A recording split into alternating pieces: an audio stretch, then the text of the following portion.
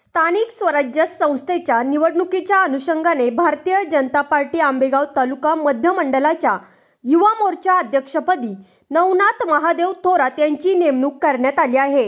गेले 12 वर्षापासून भारतीय जनता पार्टीच्या विविध पदावर त्यांना काम करण्याचा अनुभव तसेच जिल्हा किसान मोर्चा सरचिटणीस मंचर शहराध्यक्ष अशा महत्त्वाच्या पदावर यापूर्वी काम करण्याचा दांडगा अनुभव पाठीशी आहे। तसेच भाजपा मंचर शहराध्यक्ष असताना अनेक आंदोलने मोर्चे करून भ्रष्टाचाराविरुद्ध आवाज उठवणारा एक तरुण युवा अभ्यासू चेहरा म्हणून त्यांच्याकडे पाहिले जात आहे।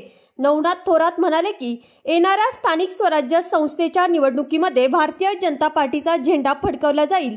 पक्ष संघटनेने जी जबाबदारी माझ्या खांद्यावर दिली आहे ती जबाबदारी योग्य पद्धतीने सर्वांना सोबत घेऊन पार पाडेल। तसेच केंद्र व राज्य सरकारच्या सर्व योजना शेवटच्या घटकापर्यंत पोहोचवण्याचं काम माझ्या माध्यमातून केले जाईल।